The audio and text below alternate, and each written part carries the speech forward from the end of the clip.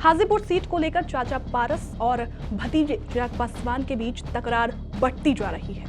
अपने पिता की विरासत पर मजबूत पकड़ की चाहत में चिराग पासवान हर हाल में हाजीपुर सीट पर अपनी मां को चुनाव लड़ाना चाहते हैं, लेकिन चाचा पशुपति पारस हाजीपुर लोकसभा सीट को किसी भी हाल में छोड़ने को तैयार नहीं है। जाहिर सी बात है, पशुपति पारस केंद्र सरकार में मंत्री हैं और एनडीए की तरफ से वो हाजीपुर का चुनाव लड़ना चाहते हैं।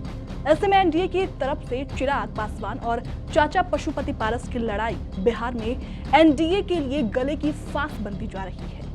दरअसल दिवंगत नेता रामविलास पासवान के निधन के बाद एलजेपी जो है वो दो भागों में बंट गया था। एलजेपी के 5 सांसद पशुपति पारस के नेतृत्व में चिराग पासवान से अलग हटकर एनडीए सरकार का हिस्सा बन गए थे।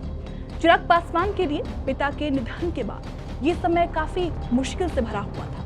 चिराग एनडीए से अलग होकर बिहार की जमीन पर संघर्ष करते हुए देखे जा रहे थे। हाल के दिनों में पीएम मोदी द्वारा एनडीए की मीटिंग में चिराग पासवान भी शामिल हुए थे। बीजेपी के शीर्ष नेताओं को ये बात समझ आ चुकी है कि बिहार में एलजेपी के असली वारिस जो है वो चिराग पासवान ही है और रामविलास पासवान की पार्टी को मिलने वाला 5 से 6% वोट चिराग पासवान के साथ जुड़ा है। जाहिर है बीजेपी दबी जुबान में असली एलजेपी चिराग पासवान को मान रही है। इसलिए कहा जा रहा है कि जिस तरीके से पीएम मोदी द्वारा बुलाई गई एनडीए की बैठक में चिराग पासवान को तवज्जो दी गई थी, उस आधार पर हाजीपुर सीट चिराग के खाते में ही जाएगी, ये तो तय है। ऐसे में बीजेपी चिराग और उनके चाचा के बीच सुलह समझौता करने में कामयाब नहीं हो पाती है, तो हाजीपुर सीट पर एनडीए के उम्मीदवार के तौर पर उम्मीदवारी को लेकर एलजेपी चाचा और भतीजे में तकरार काफी हद तक और भी बढ़ सकती है। जाहिर है बीजेपी ऐसे परिस्थिति में चिराग पासवान को ही